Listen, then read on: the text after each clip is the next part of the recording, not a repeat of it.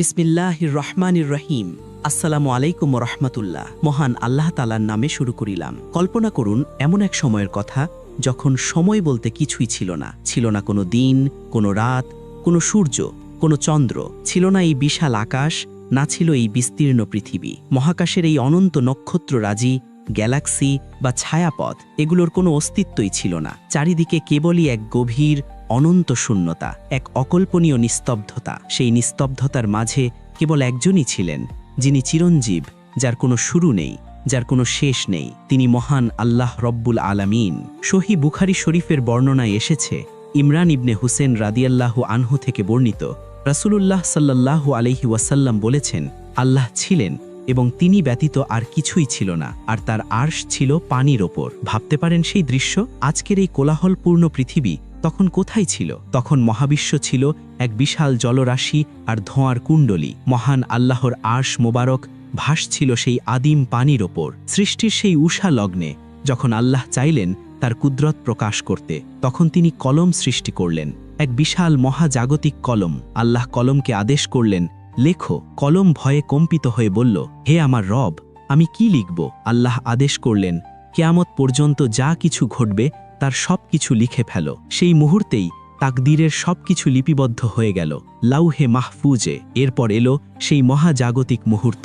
আল্লাহ রব্বুল আলামিন এই বিশ্বজগৎ সৃষ্টির ইচ্ছা পোষণ করলেন। পবিত্র কোরআনে আল্লাহ বলেন, অতঃপর তিনি আকাশের দিকে মনোযোগ দিলেন, যা ছিল ধূম্রপুঞ্জ বিশেষ। সূরা ফুসসিলাত 11। বিজ্ঞানের ভাষায় যাকে আমরা বিগ ব্যাং বা মহাবিস্ফোরণ বলি, কোরআনের ভাষায় সেটি ছিল আকাশ ও পৃথিবীর একীভূত অবস্থা থেকে পৃথকীকরণ। আল্লাহ বলেন, কাফেররা কি ভেবে দেখে না যে আকাশমণ্ডলী ও পৃথিবী ওতপ্রোতভাবে মিশেছিল? অতঃপর আমি উভয়কে পৃথক করে দিলাম। সূরা আম্বিয়া 30। আল্লাহর এক হুকুম, কুন, হও, আর সাথে সাথে এক বিশাল প্রকম্পনে মহাবিশ্ব কেঁপে উঠল। সেই আদিম ধোঁয়া থেকে দানা বাঁধল নক্ষত্র, গ্রহ, উপগ্রহ। কিন্তু এই পৃথিবী তখন আজকের মতো সাজানো গোছানো ছিল না। এটি ছিল উত্তপ্ত, অস্থির। আল্লাহ তাআলা পৃথিবীকে সৃষ্টি করলেন 2 দিনে। এরপর তিনি পৃথিবীতে পাহাড় পর্বত স্থাপন করলেন যেন পৃথিবী হেলে না পড়ে। এই পাহাড়গুলো পৃথিবীর পেরেকের মতো কাজ করল। তারপর আল্লাহ সৃষ্টি করলেন 7 আসমান। প্রতিটি আসমান এক একটি বিশাল জগৎ। আমাদের মাথার ওপর যে আকাশ আমরা দেখি, যাকে কোরআনে সামাউদ দুনিয়া বা নিকটবর্তী আকাশ বলা হয়েছে, আল্লাহ সেটাকে সাজালেন কোটি কোটি নক্ষত্র বা প্রদীপ দিয়ে। পবিত্র কোরআনে আল্লাহ বলেন, আমি নিকটবর্তী আকাশকে সুশোভিত করেছি প্রদীপমালা দ্বারা। সূরা আল মুলতক 5। কিন্তু তখনও এই পৃথিবীতে কোনো প্রাণের অস্তিত্ব ছিল না। পৃথিবী ছিল এক জনমানবহীন, প্রাণহীন বিশাল গোলক। সাগরগুলো ছিল উত্তাল, বাতাস ছিল ঝোড়ো, আগ্নেয়গিরিগুলো থেকে অনবরত লাভা উদ্গীরণ হচ্ছিল। এক ভয়ঙ্কর সুন্দর দৃশ্য। মহান আল্লাহ তখন এই পৃথিবীকে প্রস্তুত করছিলেন এক বিশাল নাট্যমঞ্চ হিসেবে। কিন্তু কাদের জন্য? কার জন্য এই বিশাল আয়োজন? তখনও ফেরেশতারা ছাড়া আর কোনো বুদ্ধিমান সত্তা ছিল না। ফেরেশতারা নূরের তৈরি, তারা পবিত্র এবং সর্বদা আল্লাহর তসবিহ পাঠে মগ্ন। কিন্তু আল্লাহ চাইলেন এমন এক মাখলুক সৃষ্টি করতে যাদের ইচ্ছা শক্তি থাকবে, যারা আগুনের তৈরি হবে। আদম আলাইহিস সালামের সৃষ্টির হাজার হাজার বছর আগে এই পৃথিবীতে এক নতুন অধ্যায়ের সূচনা হতে যাচ্ছিল।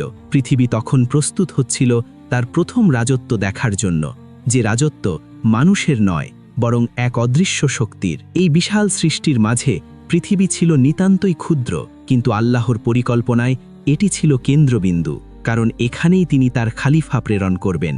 কিন্তু খালিফা বা মানুষ আসার অনেক আগেই এই পৃথিবীর বুকে রাজত্ব করে গেছে এক দুর্ধর্ষ জাতি। তারা কারা? তারা কিভাবে এলো? এবং কেনই বা তাদের ইতিহাস আজ ধ্বংসস্তূপে পরিণত হয়েছে? মহাকাশের সেই নিস্তব্ধতা ভেঙে পৃথিবী তখন নতুন এক কোলাহলের অপেক্ষায়। আল্লাহ তাআলা আগুন থেকে সৃষ্টি করতে যাচ্ছেন এক নতুন জাতি। মাটির মানুষ আসার বহু আগে আগুনের তৈরি সেই জিন জাতি কিভাবে পৃথিবীর দখল নিল এবং কিভাবে তাদের অহংকার ও রক্তপাত এই সুন্দর পৃথিবীকে জাহান্নামে পরিণত করেছিল, সে এক লোমহর্ষক ইতিহাস। প্রিয় বন্ধুরা, আমাদের এই ভিডিওগুলো মুসলিম, হিন্দু, খ্রিস্টান, বৌদ্ধ সব ধর্মের লোক দেখে থাকেন। আপনি কোন ধর্মের অনুসারী কমেন্ট করে জানিয়ে দিন। আপনি যদি মুসলিম হয়ে থাকেন ভিডিওতে একটা লাইক দিয়ে শেয়ার করে দিন। এখনও যারা আমাদের চ্যানেল সাবস্ক্রাইব করেন নাই, চ্যানেলটি সাবস্ক্রাইব করে দিন। মহাবিশ্বের সৃষ্টির পর নক্ষত্ররাজি জ্বলে উঠেছে, পৃথিবী তার রূপ নিতে শুরু করেছে, কিন্তু তখনও এক বিশাল শূন্যতা বিরাজ করছিল প্রাণের স্পন্দনে। মহান আল্লাহ রাব্বুল আলামিন এই বিশাল সাম্রাজ্য কেবল জড় পদার্থের জন্য সৃষ্টি করেননি। তিনি চাইলেন এমন এক মাখলুক বা সৃষ্টি যারা হবে পবিত্রতার মূর্ত প্রতীক, যারা ক্লান্তিহীনভাবে তার গুণগান গাইবে। মাটি বা আগুন দিয়ে কিছু সৃষ্টি করার অনেক আগেই আল্লাহ তাআলা সৃষ্টি করলেন এক নূরের জগৎ। এই জগৎ হল ফেরেশতাদের জগৎ।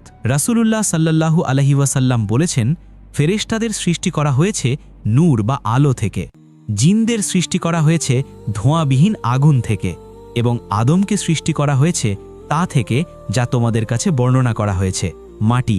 সাহিহ মুসলিম হাদিস নং 3996, আয়েশা রাদিয়াল্লাহু আনহা থেকে বর্ণিত। ফেরেশতারা আমাদের চেনা কোনো জাগতিক শরীরের অধিকারী নন। তাদের কোনো ক্ষুধা নেই, তৃষ্ণা নেই, ঘুম নেই, ক্লান্তি নেই। তাদের সৃষ্টি করা হয়েছে একমাত্র মহান আল্লাহর ইবাদত ও আনুগত্যের জন্য। তাদের মাঝে কোনো নাফস বা কুপ্রবৃত্তি দেওয়া হয়নি, ফলে তারা আল্লাহর অবাধ্য হওয়ার কোনো ক্ষমতা রাখেন না। তারা যা আদিষ্ট হন ঠিক তাই পালন করেন। কল্পনা করুন সেই সময়ের কথা যখন 7 আসমান জুড়ে কেবলই ফেরেশতাদের বিচরণ। তাদের সংখ্যা কত তা একমাত্র আল্লাহ ছাড়া আর কেউ জানে না। রাসূলুল্লাহ সাল্লাল্লাহু আলাইহি ওয়াসাল্লাম মেরাজের রাতে 7ম আসমানে বাইতুল মামুর দর্শন করেছিলেন। তিনি বলেন, সেখানে প্রতিদিন 70,000 ফেরেশতা প্রবেশের মাধ্যমে ইবাদত করেন। যারা একবার বের হয়ে আসেন তারা কিয়ামত পর্যন্ত আর দ্বিতীয়বার প্রবেশের সুযোগ পান না। সাহিহ বুখারী। চিন্তা করুন, সৃষ্টির শুরু থেকে আজ পর্যন্ত প্রতিদিন যদি 70,000 নতুন ফেরেশতা একটি ঘরে প্রবেশ করেন এবং তাদের পালা আর ফিরে না আসে, তবে আল্লাহর এই নূরের সৈন্যবাহিনী কত বিশাল। ফেরেশতাদের শারীরিক গঠনও মানুষের কল্পনার বাইরে। তাদের কারো 2টি ডানা, কারো 3টি, কারো 4টি, আবার কারো তার চেয়েও অনেক বেশি। মহান ফেরেশতা জিব্রাইল আলাইহিসসালাম, যিনি সকল নবী রাসূলের কাছে আল্লাহর বাণী বা ওহী নিয়ে আসতেন, তার রূপ ছিল অকল্পনীয়।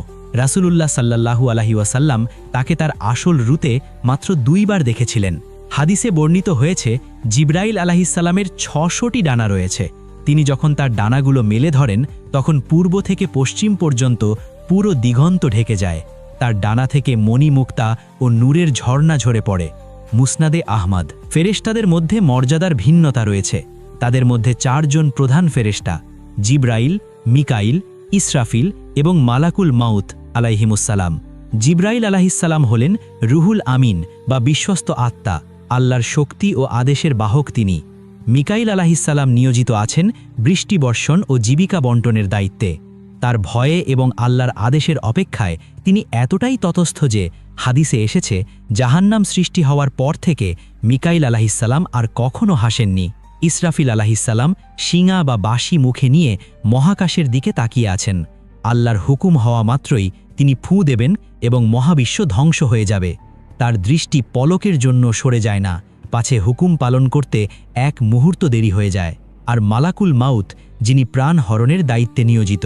এছাড়াও রয়েছেন আরশ বহনকারী ফেরেশতারা, হামালাতুল আরশ। তাদের বিশালত্বের বর্ণনা দিতে গিয়ে রাসূলুল্লাহ সাল্লাল্লাহু আলাইহি ওয়াসাল্লাম বলেন, আমাকে অনুমতি দেওয়া হয়েছে আরশ বহনকারী ফেরেশতার একজনের বর্ণনা দেওয়ার।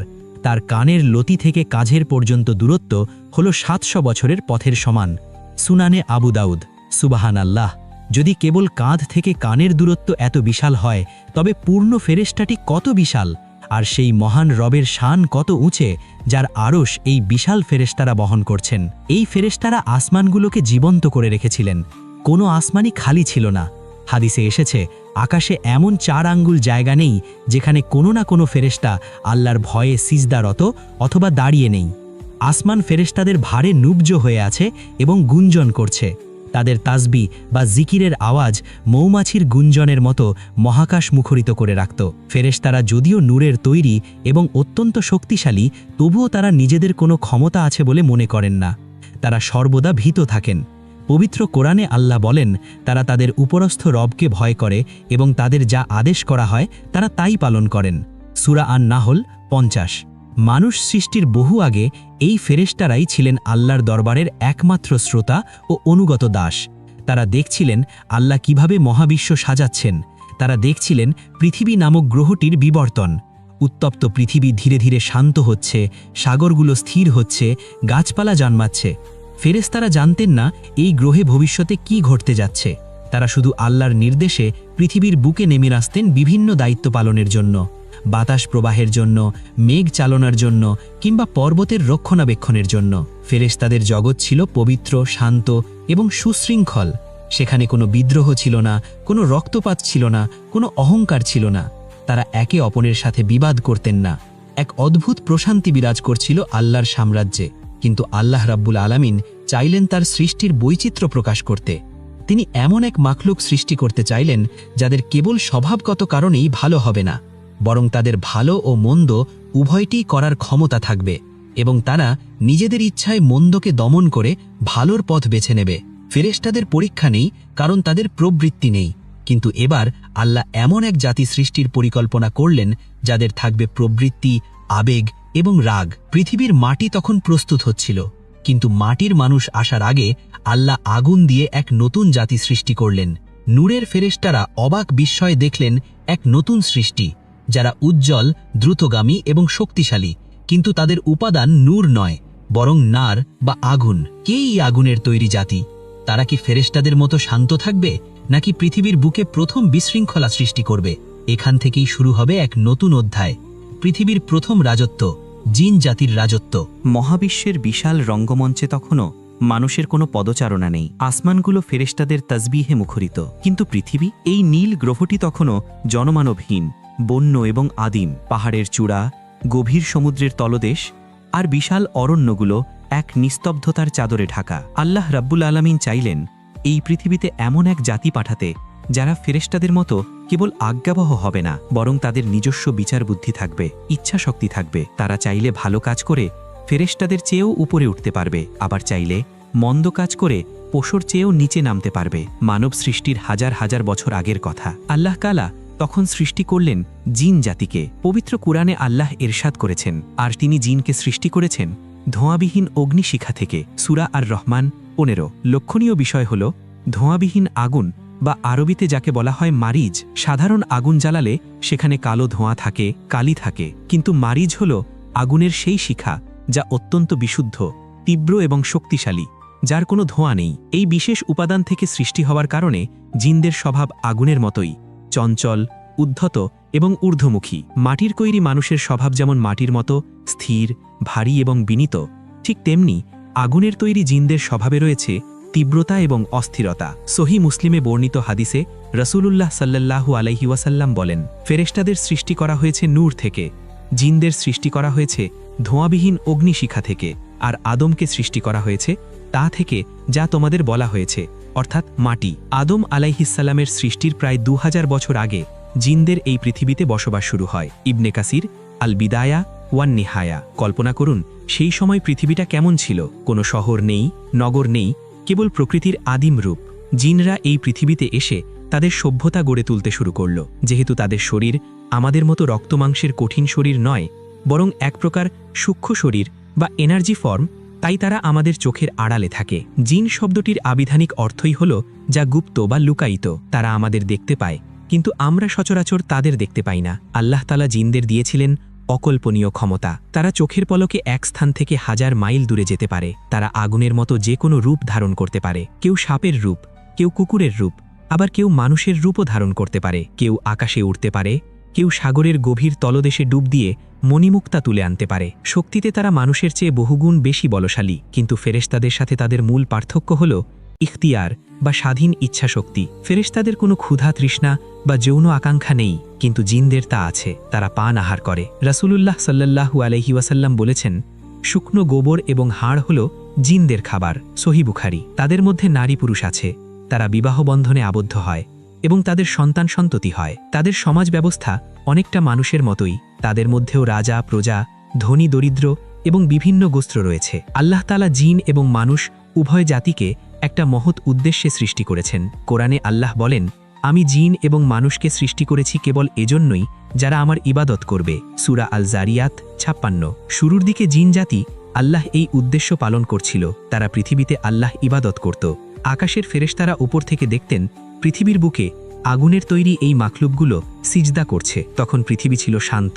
জিনদের প্রথম পিতা, যাকে অনেক তাফসীরকারক জান নামে অভিহিত করেছেন, তার বংশধরেরা পৃথিবীর আনাচে কানাচে ছড়িয়ে পড়ল। কিন্তু আগুনের স্বভাব কি বেশিক্ষণ শান্ত থাকে? আগুন যেমন দাউ দাউ করে জ্বলে উঠতে চায়, যা পায় তা গ্রাস করতে চায়, জিনদের স্বভাবও ধীরে ধীরে বদলাতে শুরু করল। তাদের মধ্যে দেখা দিল অহংকার, লোভ এবং হিংসা। যে স্বাধীন ইচ্ছাশক্তি আল্লাহ তাদের দিয়েছিলেন পরীক্ষা হিসেবে, তারা সেটার অপব্যবহার শুরু করল। ফেরেশতারা আসমান থেকে শঙ্কিত হয়ে দেখছিলেন যে পৃথিবী আল্লাহর জিকিরে শান্ত থাকার কথা, সেখানে শুরু হলো দলাদলি। এক গোত্রের জিন অন্য গোত্রের উপর চড়াও হতে লাগল। ক্ষমতার লোভ তাদের অন্ধ করে দিল। আগুনের ফুলকি যেমন ছড়িয়ে পড়ে ধ্বংস ডেকে আনে, জিনদের ফিতনাও তেমনি পৃথিবীর বুকে ছড়িয়ে পড়তে শুরু করল। এটি ছিল একটা ঝড়ের পূর্বাভাস। পৃথিবীর বুকে প্রথম সভ্যতা গড়ে তুলেছিল জিনরা, কিন্তু সেই সভ্যতা টিকিয়ে রাখার মতো ধৈর্য কি তাদের ছিল, নাকি তাদের ধমনীতে প্রবাহিত আগুনের তেজ তাদের ধ্বংসের দিকে ঠেলে দেবে? মানব ইতিহাসের পাতা উল্টালে আমরা মিশরীয়, ব্যাবিলনীয় বা সিন্ধু সভ্যতার কথা জানতে পারি, কিন্তু এই সব কিছুর হাজার বছর আগে এই পৃথিবীর বুকেই গড়ে উঠেছিল এক অদৃশ্য ও শক্তিশালী সভ্যতা, যার কোনো ধ্বংসাবশেষ আজ আর খুঁজে পাওয়া যায় না। সেটি ছিল জিনদের সভ্যতা। আদম আলাইহিসসালামের পদধূলি পড়ার বহু আগে এই পৃথিবীর নদ নদী, পাহাড় পর্বত এবং অরণ্যগুলো ছিল জিনদের পদচারণায় মুখরিত।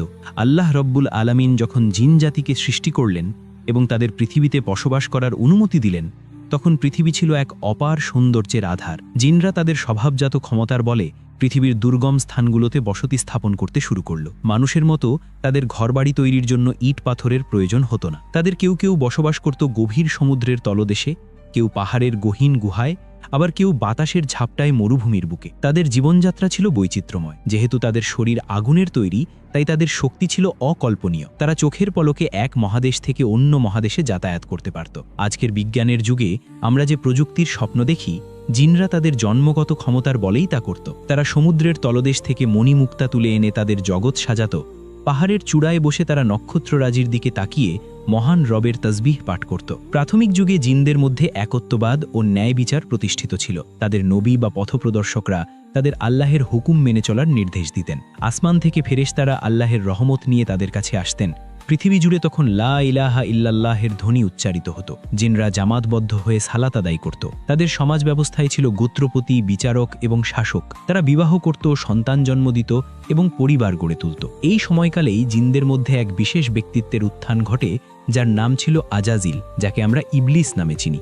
সে ছিল জিনজাতির অন্যতম সেরা ইবাদতকারী। তার জ্ঞান, প্রজ্ঞা এবং ইবাদতের একাগ্রতা ছিল বিস্ময়কর। সে সময় আজাজিল কিন্তু অভিশপ্ত ছিল না, বরং সে ছিল বড় মাপের আবেদ ও আলেম। বর্ণিত আছে সে পৃথিবীর এক স্থান থেকে অন্য স্থানে কেবল আল্লাহের সিজদা করার জন্য ছুটে বেড়াত। পৃথিবীর এমন কোনো বিগত জায়গা বাকি ছিল না যেখানে আজাজিল আল্লাহের উদ্দেশ্যে সিজদা করেনি। তার এই কঠোর সাধনা এবং পবিত্রতা দেখে ফেরেশতারাও বিস্মিত হতেন। কিন্তু আগুনের একটি স্বভাব হলো, এটি যেমন আলো দেয়, তেমনি এটি দাহ্য এবং ধ্বংসাত্মক। জিনদের ধমনীতে প্রবাহিত সেই নার বা আগুনের তেজ সবসময় শান্ত থাকে না। দীর্ঘ সময় ধরে পৃথিবীতে রাজত্ব করার পর জিনদের মধ্যে বিলাসিতা ও ক্ষমতার লোভ জন্ম নিতে শুরু করল। সভ্যতার উন্নতির সাথে সাথে তাদের মধ্যে বিভেদ সৃষ্টি হতে লাগলো। এক গোত্র অন্য গোত্রকে নিজেদের চেয়ে ছোট মনে করতে শুরু করল। ঠিক যেমন আগুন উপরের দিকে উঠতে চায়, জিনদের অহংকারও আকাশচুম্বী হতে চাইল। তারা আল্লাহের দেওয়া অফুরন্ত নেয়ামত ভোগ করত, কিন্তু কৃতজ্ঞতা আদায়ের পরিবর্তে নিজেদের শক্তি নিয়ে বড়াই করতে শুরু করল।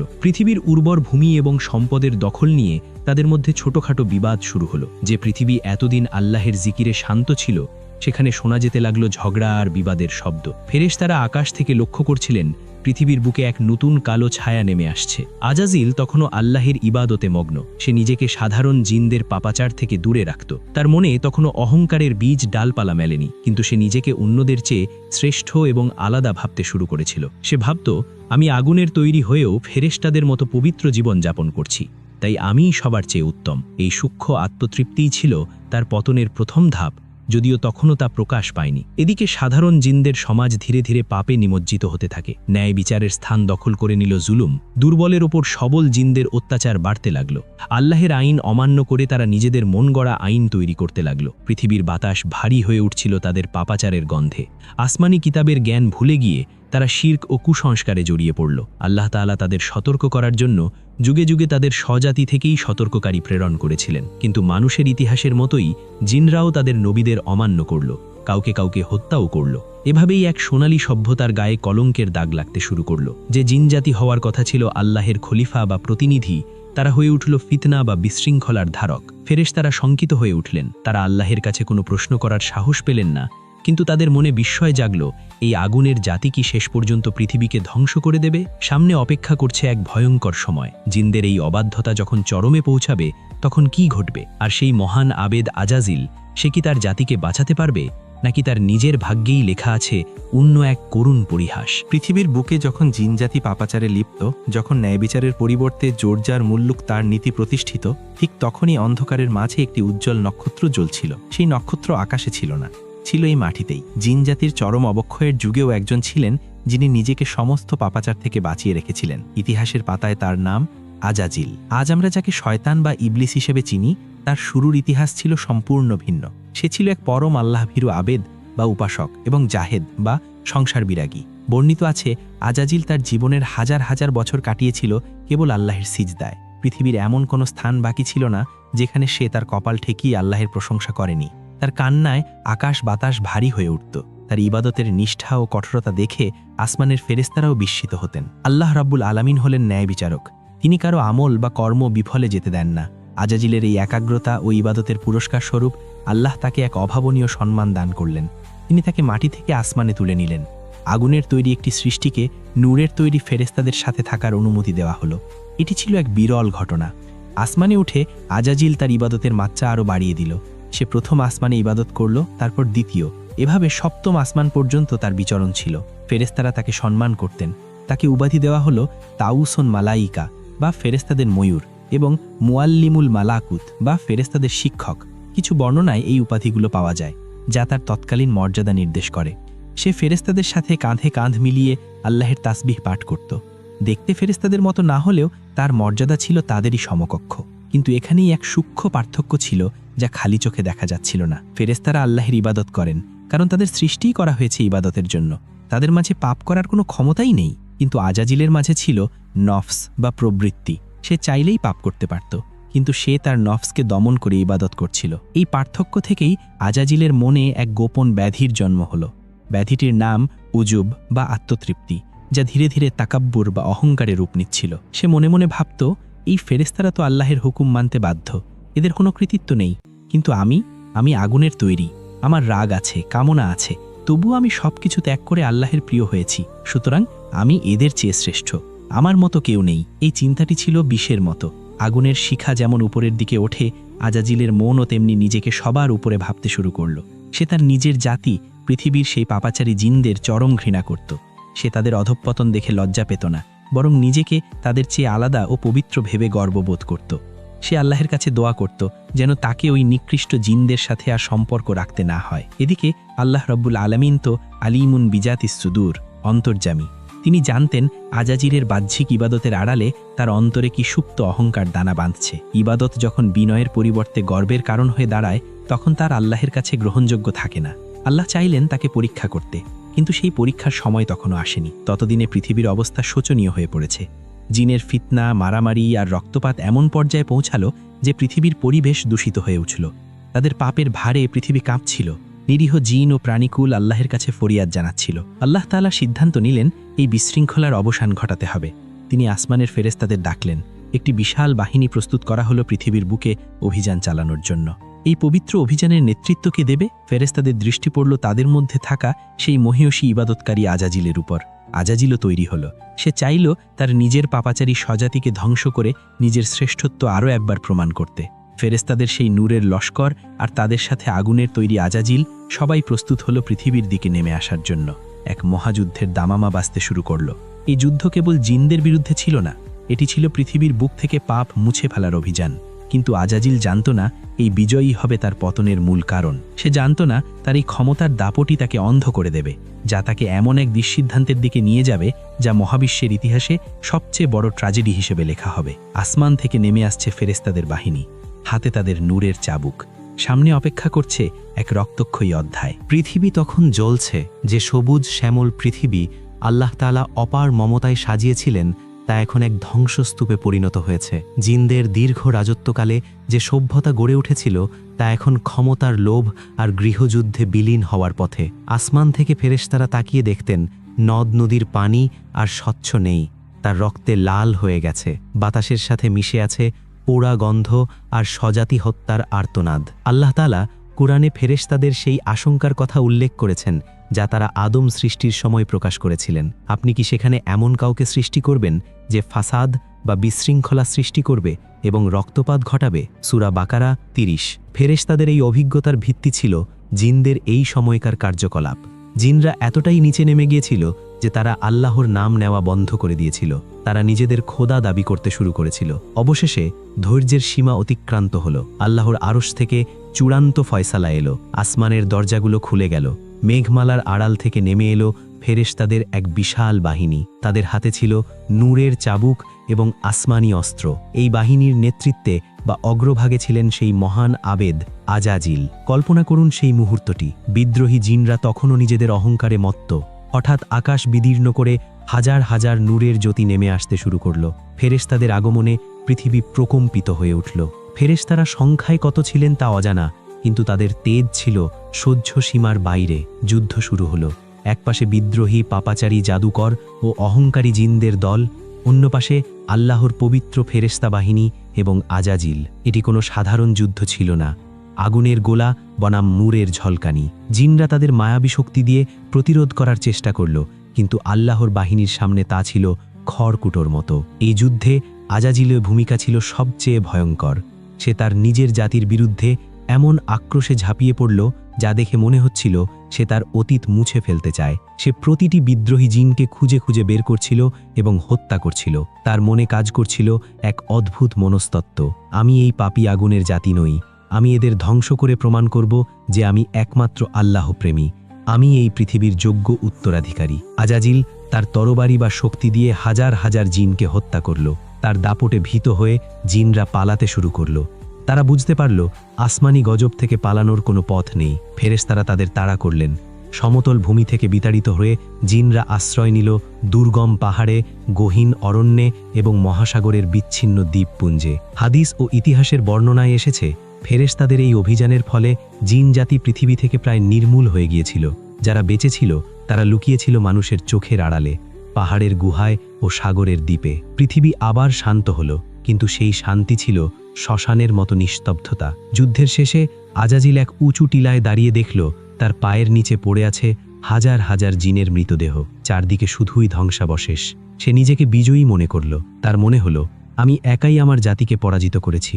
আল্লাহর হুকুম পালনে আমার চেয়ে কঠোর আর কে হতে পারে? এই পৃথিবী এখন পাপ মুক্ত, আর এই পাপ মুক্ত করার কৃতিত্ব আমার। ফেরেশতারা আল্লাহর নির্দেশে আসমানে ফিরে যাওয়ার প্রস্তুতি নিলেন।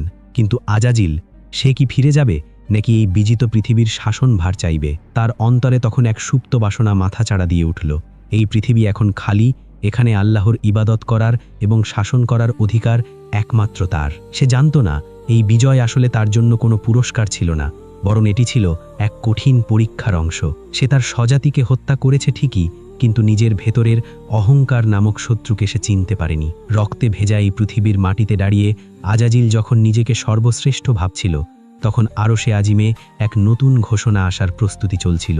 এমন এক ঘোষণা যা আজাজিলের সমস্ত গর্ব মাটির সাথে মিশিয়ে দেবে। পৃথিবী এখন প্রস্তুত নতুন কোনো আগন্তুকের জন্য। কিন্তু কে আসবে? ফেরেশতারা ফিরে গেলেন আসমানে, আর আজাজিল রইল তার অহংকার নিয়ে। কিন্তু মহাকালের চিত্রনাট্য তখনও বাকি। মহাজাগতিক সেই যুদ্ধের পর পৃথিবীর বুক থেকে কোলাহল থেমে গেল। যে মাটি এতদিন জিনদের দাপট, চিৎকার আর অনাচারে প্রকম্পিত ছিল, সেখানে নেমে এলো এক গভীর ও ভুতুড়ে নিস্তব্ধতা। ফেরেশতাদের অভিযানের মুখে টিকতে না পেরে বিদ্রোহী জিনদের অবশিষ্ট অংশ তখন প্রাণ ভয়ে দিকবিদিক জ্ঞান শূন্য হয়ে পালিয়ে বেড়াচ্ছিল। আল্লাহ রাব্বুল আলামিন ফেরেশতাদের নির্দেশ দিয়েছিলেন পৃথিবীকে পাপাচার মুক্ত করতে, কিন্তু তিনি জিন জাতিকে সমূলে ধ্বংস করতে চাননি। কারণ কিয়ামত পর্যন্ত তাদের বংশধরদের অস্তিত্ব থাকার বিধান আল্লাহের ইলমে বা জ্ঞানে ছিল। তাই ফেরেশতারা তাদের হত্যা না করে তাড়িয়ে দিলেন লোকালয় থেকে বহু দূরে। বিখ্যাত সাহাবী হযরত আব্দুল্লাহ ইবনে আব্বাস রাজিয়ের থেকে বর্ণিত আছে, যখন জিনরা পৃথিবীতে ফিতনা সৃষ্টি করল এবং রক্তপাত ঘটাল, তখন আল্লাহ তাআলা ফেরেশতাদের একটি বাহিনী প্রেরণ করলেন। তারা জিনদের হত্যা করলেন এবং অবশিষ্টদের ধাওয়া করে সাগরের নির্জন দ্বীপপুঞ্জ ও দুর্গম পাহাড়ের চূড়ায় নির্বাসিত করলেন। তাফসিরে তাবারি। ভাবুন সেই দৃশ্যটি, যে জিনরা একদিন জাঁকজমকপূর্ণ প্রাসাদ বানিয়েছিল, যারা সমতল ভূমিতে দাপিয়ে বেড়াত, আজ তারা ঘরবাড়িহীন ফেরেশতাদের ভয়ে সাগরের লোনা পানিতে হাবুডুবু খাচ্ছে। তারা আশ্রয় নিল এমন সব জায়গায় যেখানে সাধারণের প্রবেশ নিষেধ।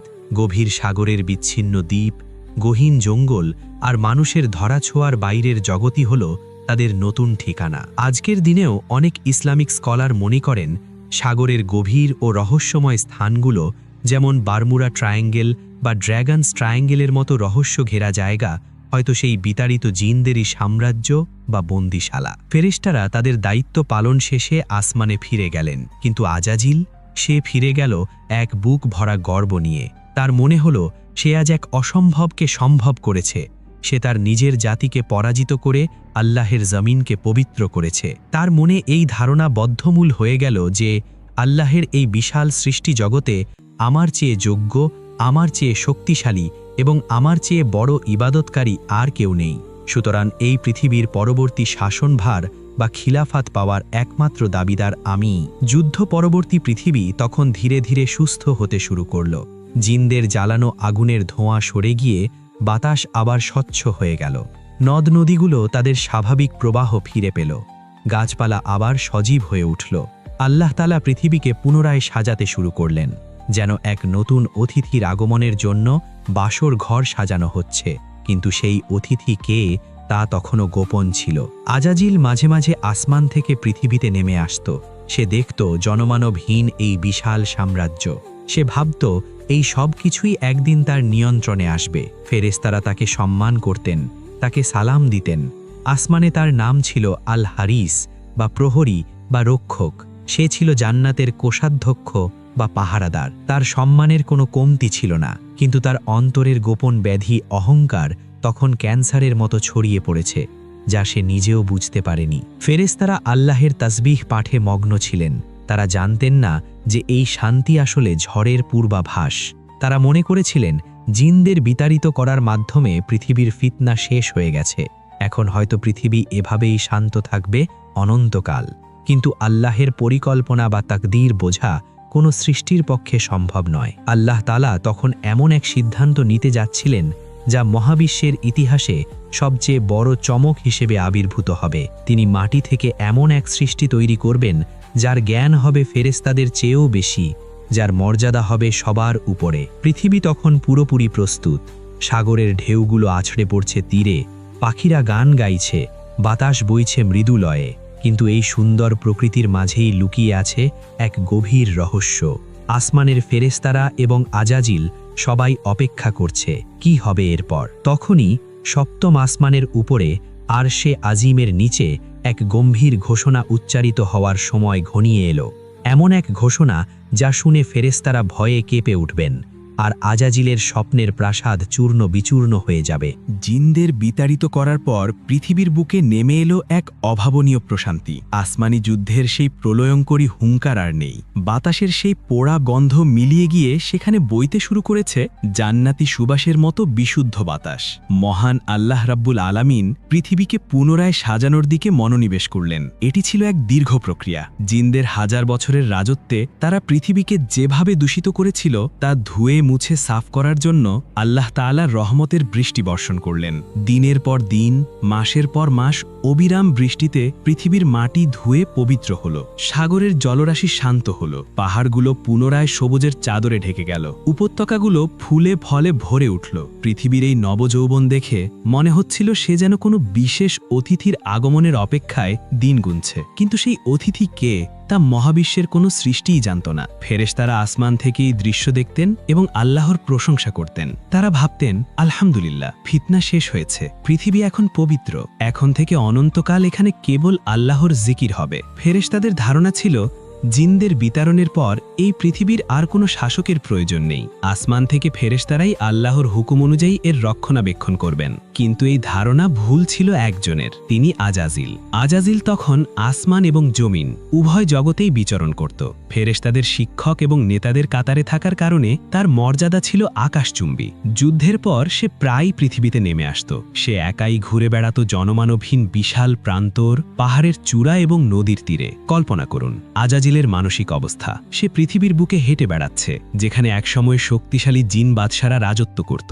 আজ তারা কেউ নেই, সব ফাঁকা। আজাজিল মনে মনে ভাবত, এই বিশাল সাম্রাজ্য এখন কার? যারা এখানে ছিল তারা পাপী ছিল বলে আল্লাহ তাদের ধ্বংস করেছেন, আর আমি তাদের ধ্বংস করেছি আল্লাহর হুকুম মেনে। আমি নিজেকে প্রমাণ করেছি। সুতরাং এই পৃথিবীর পরবর্তী খলিফা বা প্রতিনিধি হওয়ার যোগ্যতা একমাত্র আমারই আছে। তার অন্তরের গভীরে এক সুপ্ত বাসনা দানা বাঁধছিল। সে স্বপ্ন দেখত আল্লাহ তাকেই এই পৃথিবীর একছত্র অধিপতি ঘোষণা করবেন। সে ফেরেশতাদের উপর ছড়ি ঘোরাবে, পৃথিবীকে নিজের মতো করে শাসন করবে। তার এই উচ্চাকাঙ্ক্ষা এতটাই প্রবল ছিল যে সে নিজের ইবাদতের বিনিময়ে আল্লাহর কাছেই রাজত্ব আশা করতে শুরু করেছিল। অথচ ইবাদত হওয়ার কথা ছিল নিঃস্বার্থ, কেবল আল্লাহর সন্তুষ্টির জন্য। সময় বয়ে যেতে লাগল।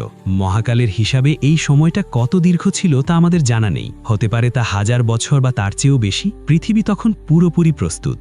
গাছে গাছে ফল, নদীতে মাছ, বনে বনে পশু পাখি, সবকিছুই আছে। নেই শুধু কোনো বুদ্ধিমান শাসক। প্রাণী জগৎ তাদের আপন মনে আল্লাহর তাসবিহ পাঠ করছে, কিন্তু তাদের কোনো নেতা নেই। এদিকে আরশে আজিমের আশেপাশে ফেরেশতাদের ব্যস্ততাও ছিল স্বাভাবিক। তারা আল্লাহর তাসবিহ পাঠে মগ্ন। কিন্তু আল্লাহর ইলমে বা জ্ঞানে থাকা সেই গোপন পরিকল্পনাটি এবার বাস্তবায়নের সময় হয়ে এলো। লৌহে মাহফুজে লেখা সেই তাকদিরের পাতা উল্টানোর সময় ঘনিয়ে এলো। আল্লাহ তাআলা চাইলেন তার ফেরেশতাদের কাছে তার ইচ্ছা প্রকাশ করতে। তবে এটি কোনো সাধারণ ঘোষণা ছিল না। এটি ছিল এমন এক ঘোষণা যা ফেরেশতাদের নূরের মস্তিষ্কেও চিন্তার ঝড় তুলে দেবে। একদিন হঠাৎ আসমানের ফেরেশতাদের প্রতি আল্লাহর তরফ থেকে এক বিশেষ আহ্বান এলো। জিব্রাইল আলাইহিসসালাম, মিকাইল আলাইহিসসালাম, ইসরাফিল আলাইহিসসালাম সহ সমস্ত উচ্চপদস্থ ফেরেশতাদের সমবেত হওয়ার নির্দেশ দেওয়া হলো। ফেরেশতারা বুঝতে পারলেন গুরুত্বপূর্ণ কিছু ঘটতে যাচ্ছে। সাধারণত আল্লাহ তাআলা ওহির মাধ্যমে নির্দেশ পাঠান, কিন্তু এভাবে সবাইকে একত্রিত করার অর্থ হল মহাবিশ্বের ইতিহাসে কোনো বড় পরিবর্তন আসতে যাচ্ছে। আজাজিলের বুক গর্বে ফুলে উঠল। সে ভাবল, অবশেষে সেই সময় এসেছে। নিশ্চয়ই আল্লাহ আজ আমাকে পৃথিবীর বাদশাহী দান করবেন। আমার দীর্ঘ ইবাদত এবং কষ্টের ফল আজ আমি পাব। সবাই সারিবদ্ধভাবে দাঁড়ালো। পরম ভক্তি ও বিনয়ের সাথে তারা অপেক্ষা করতে লাগলো মহান রবের বাণীর জন্য।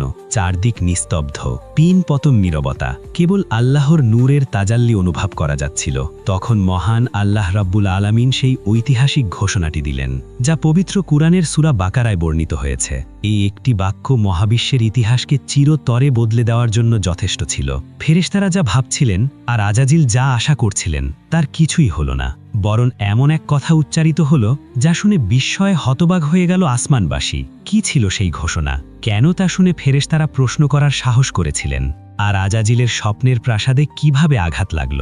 সামনে আসছে সেই নাটকীয় মুহূর্ত যখন আল্লাহ তার গোপন রহস্য ফাঁস করলেন এবং মানুষের সৃষ্টির কথা জানালেন। সপ্তম আসমানের উপরে সিদরাতুল মুনতাহার নিকটে এক নূরের মহাসমাবেশ।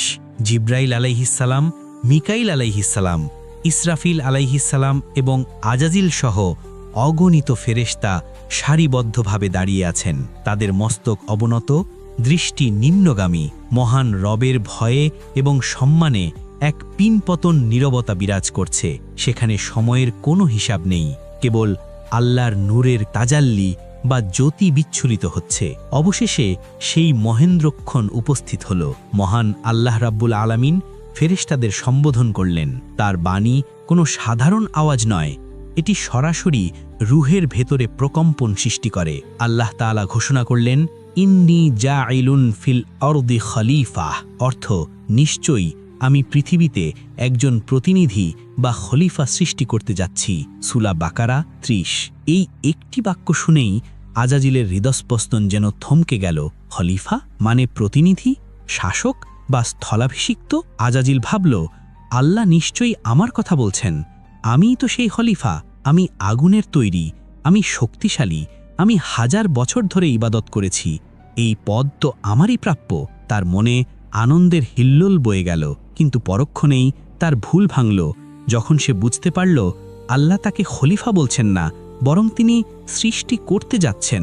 মানে এমন কেউ যে এখনো অস্তিত্বেই নেই। ফেরেশতারাও এই ঘোষণায় চরম বিস্মিত হলেন। তাদের বিস্ময়ের কারণ ভিন্ন ছিল। তারা তাদের দীর্ঘ স্মৃতিশক্তি হাতড়ে দেখলেন এর আগে যারা পৃথিবীতে ছিল সেই জিন জাতি, তারা ইখতিয়ার বা স্বাধীন ইচ্ছাশক্তি পেয়ে কি করেছিল? তারা রক্তপাত করেছিল, ফিতনা সৃষ্টি করেছিল এবং আল্লাহর নাফরমানি করেছিল। ফেরেশতারা ভাবলেন, আবার কি সেই একই ইতিহাসের পুনরাবৃত্তি হবে? আবার কি পৃথিবীতে এমন কেউ যাবে যারা মারামারি করবে, কাটাকাটি করবে? ফেরেশতারা আল্লাহর হুকুমের প্রতি দ্বিমত পোষণ করেননি, নাউজবিল্লাহ। কারণ ফেরেশতারা বিদ্রোহ করতে পারেন না, কিন্তু তারা বিষয়টি বুঝতে চাইলেন। তাদের মনে যে শঙ্কা জেগেছিল তা তারা অত্যন্ত বিনয় ও আদবের সাথে আল্লাহর কাছে পেশ করলেন। কুরআনের ভাষায় তাদের সেই প্রশ্নটি ছিল এমন, আপনি কি সেখানে এমন কাউকে সৃষ্টি করবেন যে ফাসাদ বা বিশৃঙ্খলা সৃষ্টি করবে এবং রক্তপাত ঘটাবে? অথচ আমরাই তো আপনার প্রশংসিত তাসবিহ পাঠ করছি এবং আপনার পবিত্রতা ঘোষণা করছি। সূরা বাকারা ৩০। এই কথার অর্থ ছিল, হে আমাদের রব, আমরা কি আপনার ইবাদতের জন্য যথেষ্ট নই? আমাদের জীবনে কোনো পাপ নেই, আমরা দিন রাত আপনার পবিত্রতা বর্ণনা করি। তাহলে কেন মাটির তৈরি এমন এক মাখলুক দরকার যাদের প্রবৃত্তি থাকবে, যারা পাপ করার ক্ষমতা রাখবে? এরা তো জিনদের মতোই পৃথিবীকে নষ্ট করবে। আল্লাহ রব্বুল আলামিন তো মহাজ্ঞানী, তিনি অতীত, বর্তমান এবং ভবিষ্যৎ সব কিছুই জানেন। ফেরেশতারা দেখছিলেন কেবল মানুষের মাটির দিকটা, তাদের সম্ভাব্য পাপাচারের দিকটা, কিন্তু আল্লাহ দেখছিলেন মানুষের ভেতরের নূরের দিকটা। তিনি দেখছিলেন এই মাটির মানুষের মধ্য থেকেই আসবেন হজরত ইব্রাহিম আলাইহিসসালাম, হজরত মুসা আলাইহিসসালাম এবং হজরত মুহাম্মদ সাল্লাল্লাহু আলাইহি ওয়াসাল্লামের মতো মহামানবরা।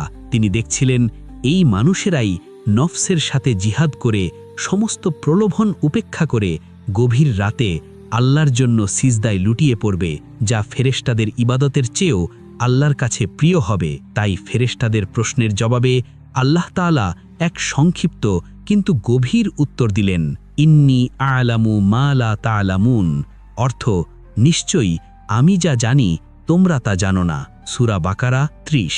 এই উত্তরের পর ফেরেশতারা একেবারে চুপ হয়ে গেলেন। তারা বুঝতে পারলেন আল্লাহর এই পরিকল্পনার পেছনে এমন কোনো বিশাল রহস্য বা হিকমত আছে যা তাদের জ্ঞানের সীমার বাইরে। তারা লজ্জিত হলেন এবং তওবা করলেন। তাদের আর কোনো প্রশ্ন রইল না। তারা সম্পূর্ণভাবে আল্লাহর ইচ্ছার কাছে আত্মসমর্পণ করলেন। কিন্তু আজাজিল, তার অবস্থা ছিল ভিন্ন। আল্লাহর উত্তর শুনে ফেরেশতারা শান্ত হলেও আজাজিলের বনের ভেতরে আগুন দাউ দাউ করে জ্বলে উঠল। আমি যা জানি তোমরা তা জানো না। আল্লাহর এই কথার রহস্য সে ভেদ করতে চাইল। সে ভাবতে লাগল, কে এই নতুন সৃষ্টি? মাটি দিয়ে তৈরি হবে? মাটি তো এক তুচ্ছ বস্তু, একে পা দিয়ে মারানো যায়। আর আমি আগুন, আমি সব কিছু জ্বালিয়ে দিতে পারি, আমি ঊর্ধ্বে থাকি। মাটির তৈরি কোনো কিছু কিভাবে আমার চেয়ে শ্রেষ্ঠ হতে পারে? আল্লাহ তাআলা তখন জিব্রাইল আলাইহিস সালামকে আদেশ করলেন পৃথিবী থেকে মাটি সংগ্রহ করে আনতে, যে মাটি দিয়ে প্রথম মানুষ আদম আলাইহিস সালামের দেহ তৈরি হবে। এটি কোনো সাধারণ মাটি নয়, সারা পৃথিবীর সমস্ত অংশের সারাংশ বা নির্যাস দিয়ে তাকে তৈরি করা হবে। ফেরেশতাদের জগৎ তখন এক নতুন ব্যস্ততায় মেতে উঠল। কিন্তু আজাজিল এক কোণে দাঁড়িয়ে রইল, তার চোখ ভরা হিংসা আর মনে এক রাশ ঘৃণা। সে প্রতিজ্ঞা করল সে দেখবে এই মাটির পুতুল আসলে কি দিয়ে তৈরি। সে এর শেষ দেখে ছাড়বে। আল্লাহর দরবার থেকে হুকুম জারি হয়ে গেছে, এখন শুরু হবে সৃষ্টির প্রক্রিয়া। ফেরেশতারা ছুটলেন পৃথিবীর দিকে। কিন্তু মাটি কি এত সহজে ধরা দেবে? পৃথিবীর মাটিও তো জানে এই মানুষ একদিন তার বুকে রক্ত ঝরাবে, পাপাচার করবে। তাই মাটিও কেঁদে উঠল। সামনে অপেক্ষা করছে এক আবেগপূর্ণ দৃশ্য, মাটির কান্না, ফেরেশতাদের ব্যর্থতা এবং অবশেষে মৃত্যু ফেরেশতা আজরাইল আলাইহিস সালামের কঠোরতা। কিভাবে সংগৃহীত হল আদমের শরীরের উপাদান? মহান আল্লাহ রাব্বুল আলামিন যখন ফেরেশতাদের জানালেন যে তিনি মানুষ সৃষ্টি করতে যাচ্ছেন, তখন ফেরেশতাদের প্রশ্ন ও বিস্ময়ের পর্ব শেষ হলো। এবার শুরু হলো সৃষ্টির মূল প্রক্রিয়া। আল্লাহ তাআলা চাইলেন এই নতুন সৃষ্টির মূল উপাদান হোক মাটি। যে মাটির উপর তারা বসবাস করবে সেই মাটি দিয়েই তাদের শরীর গঠিত হবে এবং মৃত্যুর পর তারা আবার সেই মাটিতেই মিশে যাবে। আল্লাহ রব্বুল আলামিন প্রধান ফেরেশতা জিব্রাইল আলাইহিস সালামকে আদেশ দিলেন, পৃথিবীতে যাও এবং সেখান থেকে এক মুঠো মাটি নিয়ে এসো। জিব্রাইল আলাইহিসসালাম মহান আল্লাহর আদেশে পৃথিবীর বুকে নেমে এলেন। তিনি যখনই মাটি নিতে হাত বাড়ালেন তখন পৃথিবী এক অদ্ভুত আচরণ করল। পৃথিবী বুঝতে পেরেছিল যে এই মাটি দিয়ে এমন এক জাতি তৈরি হবে যাদের মধ্যে কেউ কেউ আল্লাহর নাফরমানি করবে এবং তার শাস্তিস্বরূপ তারা জাহান্নামের আগুনে জ্বলবে।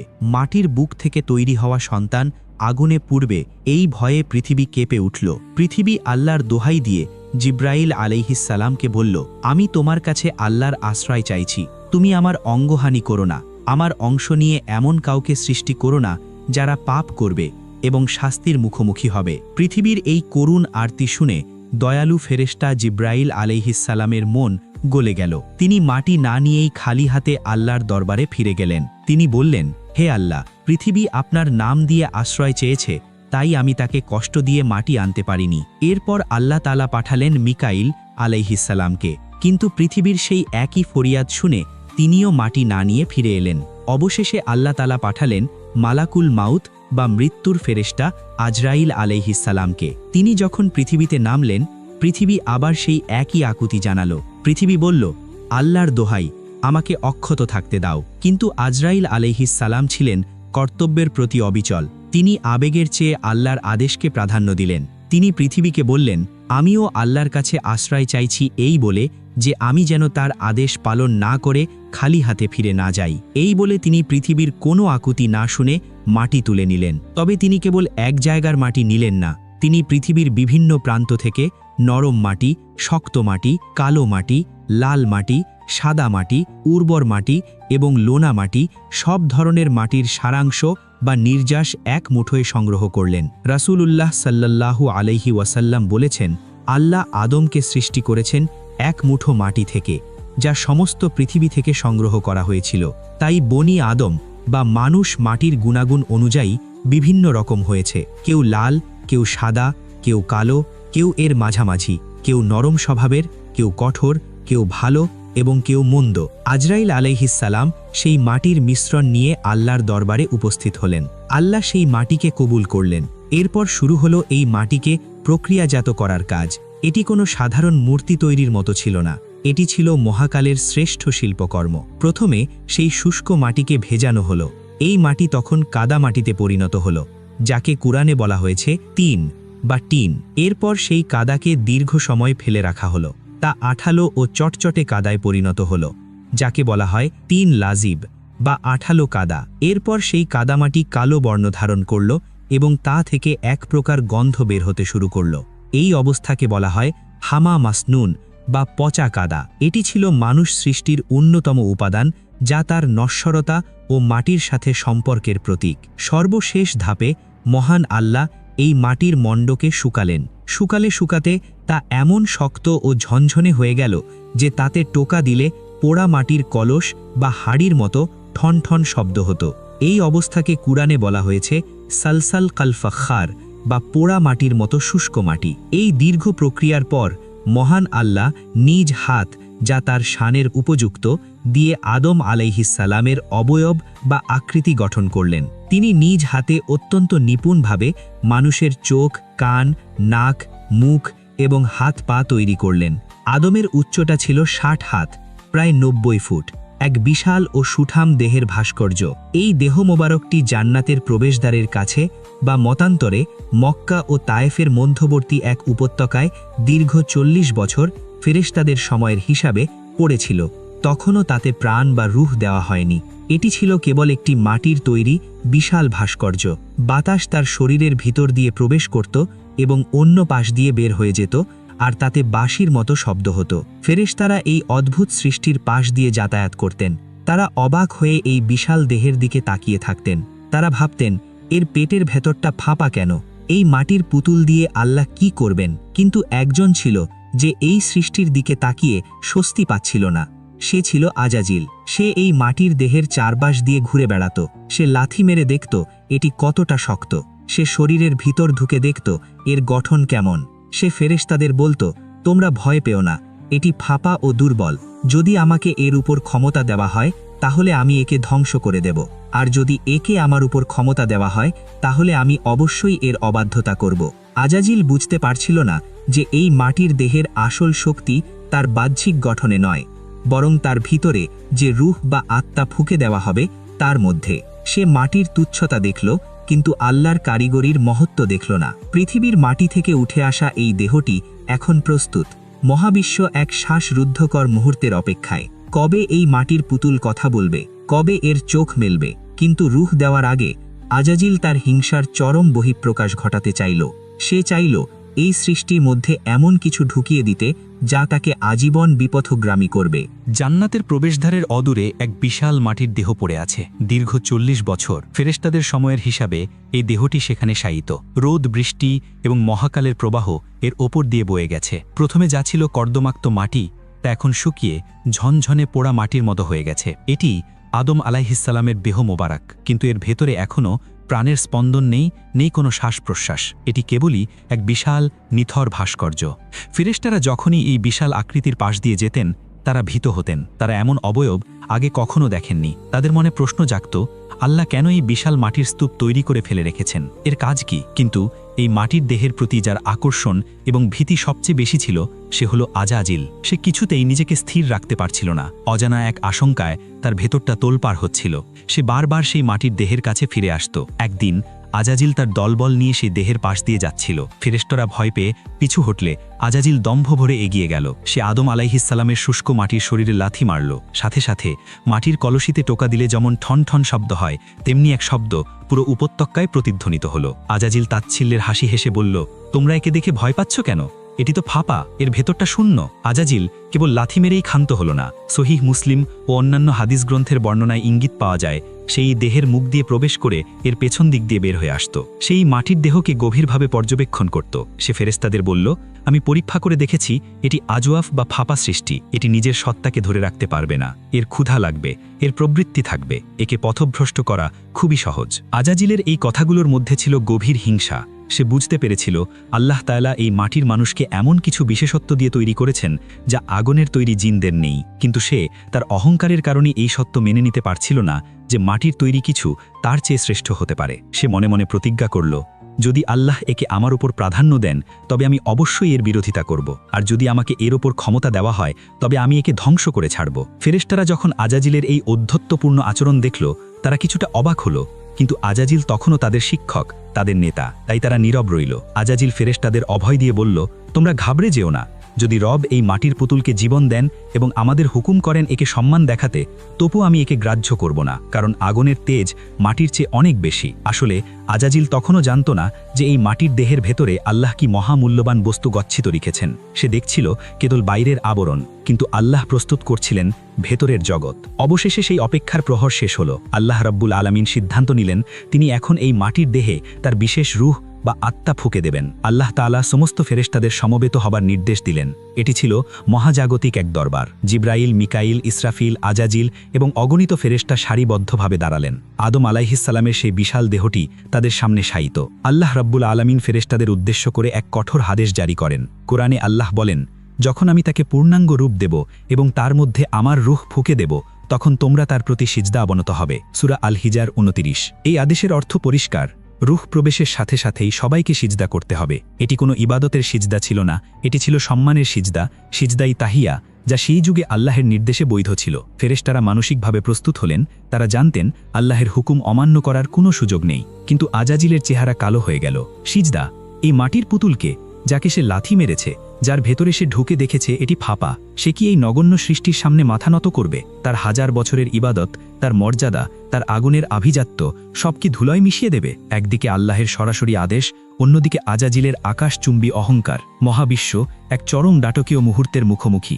মাটির দেহে রূহ প্রবেশের প্রক্রিয়া শুরু হতে যাচ্ছে। ফেরেশতারা তটস্থ হয়ে তাকিয়ে আছেন, আর আজাজিল সে দাঁড়িয়ে আছে এক রাজবী মূর্তির মতো। তার অন্তরে জ্বলছে বিদ্রোহের আগুন। সে সিদ্ধান্ত নিয়ে ফেলেছে, সে কিছুতেই মাথা নত করবে না। কিন্তু সে জানে না যে এই একটি সিদ্ধান্ত তাকে আজাজিল থেকে চিরকালের অভিশপ্ত ইবলিসে পরিণত করবে। সামনে অপেক্ষা করছে সেই ঐতিহাসিক মুহূর্ত। রূহ আসছে, আদম আলাইহিসসালাম জেগে উঠছেন এবং সাথে সাথেই শুরু হবে মহাজাগতিক ইতিহাসের সবচেয়ে বড় বিভাজন। 40 বছরের দীর্ঘ অপেক্ষার অবসান হল। জান্নাতের প্রবেশদ্বারে শায়িত আদম আলাইহিসসালামের বিশাল মাটির দেহে আজ মহান আল্লাহ প্রাণের সঞ্চার করবেন। ফেরেশতারা গোল হয়ে দাঁড়িয়ে আছেন। তাদের দৃষ্টি নিবদ্ধ সেই মাটির দেহের দিকে। আজাজিলও দাঁড়িয়ে আছে, তার চোখে সন্দেহ আর অন্তরে বিদ্রোহের আগুন। আল্লাহ রাব্বুল আলামিন তার রূহ বা আত্মা থেকে আদমের দেহে ফুঁকে দিলেন। কোরআনের ভাষায় ফাইজা সাউওয়াইতুহু ওয়া নাফাখতু ফীহি মির রূহি, যখন আমি তাকে সুষম করব এবং তাতে আমার রূহ ফুঁকে দেব। রূহ প্রবেশ করতে শুরু করল আদমের মাথার দিক থেকে। রূহ যেখানে যেখানে স্পর্শ করছিল, শুষ্ক মাটি সেখানে রক্ত, মাংস আর জীবন্ত কোষে পরিণত হচ্ছিল। রূহ যখন তার মস্তিষ্কে ও চোখে পৌঁছালো, আদম আলাইহিসসালাম প্রথমবারের মতো চোখ মেললেন। তিনি দেখলেন জান্নাতের অপরূপ ফলমূল ও ফেরেশতাদের জগৎ। রূহ যখন তার নাকে পৌঁছালো, তিনি একটি হাঁচি দিলেন। এটি ছিল মানব ইতিহাসের প্রথম শ্বাসপ্রশ্বাস এবং প্রথম প্রতিক্রিয়া। হাঁচি দেওয়ার সাথে সাথেই আল্লাহ তাআলার ইলহামে আদম আলাইহিসসালামের মুখ থেকে প্রথম যে বাক্যটি উচ্চারিত হল তা হল আলহামদুলিল্লাহ, সমস্ত প্রশংসা আল্লাহর। আল্লাহ রাব্বুল আলামিন তৎক্ষণাৎ উত্তর দিলেন, ইয়ারহামুকাল্লাহু ইয়া আদম, হে আদম, তোমার রব তোমার উপর রহমত বর্ষণ করুন। সুবহানাল্লাহ। মানুষের জীবনের শুরুই হল আল্লাহর রহমত দিয়ে। আল্লাহ প্রথমেই তাকে শাসন করেননি, বরং রহমতের দোয়া দিয়েছেন। রূহ তখনও পুরো শরীরে পৌঁছায়নি, কেবল কোমর পর্যন্ত এসেছে। কিন্তু আদম আলাইহিসসালাম জান্নাতের ফল খাওয়ার জন্য বা উঠে দাঁড়ানোর জন্য তাড়াহুড়ো শুরু করলেন। তিনি হাত দিয়ে ভর দিয়ে উঠার চেষ্টা করলেন, কিন্তু পারলেন না। 40 বছরের দীর্ঘ অপেক্ষার অবসান হল। জান্নাতের প্রবেশদ্বারে শায়িত আদম আলাইহিসসালামের বিশাল মাটির দেহে আজ মহান আল্লাহ প্রাণের সঞ্চার করবেন। ফেরেশতারা গোল হয়ে দাঁড়িয়ে আছেন, তাদের দৃষ্টি নিবদ্ধ সেই মাটির দেহের দিকে। আজাজিলও দাঁড়িয়ে আছে, তার চোখে সন্দেহ আর অন্তরে বিদ্রোহের আগুন। আল্লাহ রাব্বুল আলামিন তার রূহ বা আত্মা থেকে আদমের দেহে ফুঁকে দিলেন। কোরআনের ভাষায় ফাইজা সাউওয়াইতুহু ওয়া নাফাখতু ফীহি মির রূহি, যখন আমি তাকে সুষম করব এবং তাতে আমার রূহ ফুঁকে দেব। রূহ প্রবেশ করতে শুরু করল আদমের মাথার দিক থেকে। রূহ যেখানে যেখানে স্পর্শ করছিল, শুষ্ক মাটি সেখানে রক্ত, মাংস আর জীবন্ত কোষে পরিণত হচ্ছিল। রূহ যখন তার মস্তিষ্কে ও চোখে পৌঁছালো, আদম আলাইহিসসালাম প্রথমবারের মতো চোখ মেললেন।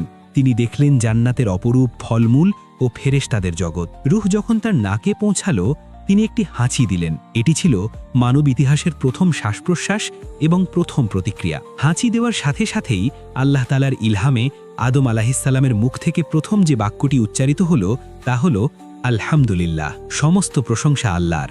আল্লাহ রাব্বুল আলামিন তৎক্ষণাৎ উত্তর দিলেন, ইয়ারহামুকাল্লাহু ইয়া আদম, হে আদম, তোমার রব তোমার উপর রহমত বর্ষণ করুন। সুবহানাল্লাহ। মানুষের জীবনের শুরুই হল আল্লাহর রহমত দিয়ে। আল্লাহ প্রথমেই তাকে শাসন করেননি, বরং রহমতের দোয়া দিয়েছেন। রূহ তখনও পুরো শরীরে পৌঁছায়নি, কেবল কোমর পর্যন্ত এসেছে। কিন্তু আদম আলাইহিসসালাম জান্নাতের ফল খাওয়ার জন্য বা উঠে দাঁড়ানোর জন্য তাড়াহুড়ো শুরু করলেন। তিনি হাত দিয়ে ভর দিয়ে উঠার চেষ্টা করলেন, কিন্তু পারলেন না, কারণ পা তখনও মাটির মতো ছিল। আল্লাহ পবিত্র কোরআনে এই স্বভাবের কথা উল্লেখ করে বলেছেন, মানুষ সৃষ্টিগতভাবেই তাড়াহুড়ো প্রিয়।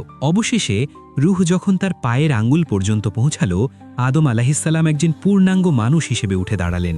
এক বিশাল সুপুরুষ, সুন্দর গঠন, মায়াবী চেহারা আর চেহারায় নূরের দীপ্তি। ফেরেশতারা এমন সুন্দর সৃষ্টি এর আগে কখনো দেখেননি। ঠিক সেই মুহূর্তেই আল্লাহর পূর্ব ঘোষিত আদেশ কার্যকর হওয়ার সময় এলো। আল্লাহ ফেরেশতাদের বললেন, উসজুদু লি আদামা, আদমের প্রতি সিজদা বনত হও। এই আদেশ শোনা মাত্রই আসমানের কোটি কোটি ফেরেশতা, জিব্রাইল, মিকাইল, ইসরাফিল, আজরাইল এবং তাদের সাথের সবাই বিনা বাক্যে বিনা প্রশ্নে একসাথে সিজদায় লুটিয়ে পড়লেন।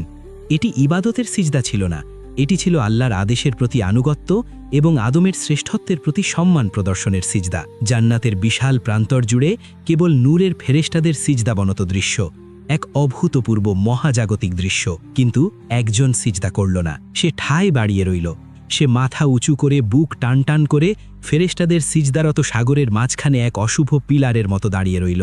সে আজাজিল। ফেরেশতারা যখন সিজদা থেকে মাথা তুললেন, তারা দেখলেন আজাজিল দাঁড়িয়ে আছে। তারা ভয়ে শিউরে উঠলেন। আল্লাহর হুকুম অমান্য করা, এ তো অকল্পনীয়। আল্লাহ রাব্বুল আলামিন তো সব জানেন। তবুও তিনি আজাজিলকে প্রশ্ন করলেন, যেন তার অপরাধ সবার সামনে প্রকাশ পায়। হে ইবলিস, কিসে তোমাকে বাধা দিল তাকে সিজদা করতে, যাকে আমি আমার নিজ হাতে সৃষ্টি করেছি? তুমি কি অহংকার করলে, নাকি তুমি উচ্চ মর্যাদা সম্পন্নদের অন্তর্ভুক্ত? সূরা সদ ৭৫। আজাজিল তখনও অনুতপ্ত হল না, সে ক্ষমা চাইল না, বরং সে তার 1000 বছরের গোপন অহংকার উগড়ে দিল। সে আল্লাহর সামনে যুক্তি পেশ করল, আনা খাইরুম মিনহু, আমি তার চেয়ে শ্রেষ্ঠ। খালাকতানি মিন নার ওয়া খালাকতাহু মিন তিন। আপনি আমাকে সৃষ্টি করেছেন আগুন থেকে আর তাকে সৃষ্টি করেছেন মাটি থেকে। সূরা আল আরাফ 12। তার যুক্তি ছিল আগুন ওপরের দিকে ওঠে আর মাটি নিচে পড়ে থাকে, তাই আগুনের সৃষ্টি হয়ে সে মাটির সৃষ্টিকে সিজদা করতে পারে না। সে আল্লাহর আদেশকে তার নিজস্ব যুক্তি দিয়ে বিচার করার ধৃষ্টতা দেখালো। এটিই ছিল মহাবিশ্বের প্রথম পাপ, অহংকার, তাকাব্বুর এবং যুক্তি দিয়ে ওহী বা আদেশকে অমান্য করা। আল্লাহর দরবারে অহংকারের কোনো স্থান নেই। মুহূর্তের মধ্যেই আজাজিলের ভাগ্য উল্টে গেল, তার সুন্দর চেহারা বিকৃত হয়ে গেল, তার নূরের পোশাক খসে পড়ল। সে পরিণত হলো এক কুৎসিত বিতাড়িত শয়তানে। তার নাম হল ইবলিস, যে আল্লাহর রহমত থেকে নিরাশ। আল্লাহ হুকুম দিলেন, বের হয়ে যা এখান থেকে, নিশ্চয়ই তুই বিতাড়িত, রাজিম, এবং নিশ্চয়ই কর্মফল দিবস পর্যন্ত তোর উপর আমার লানত বা অভিশাপ রইল।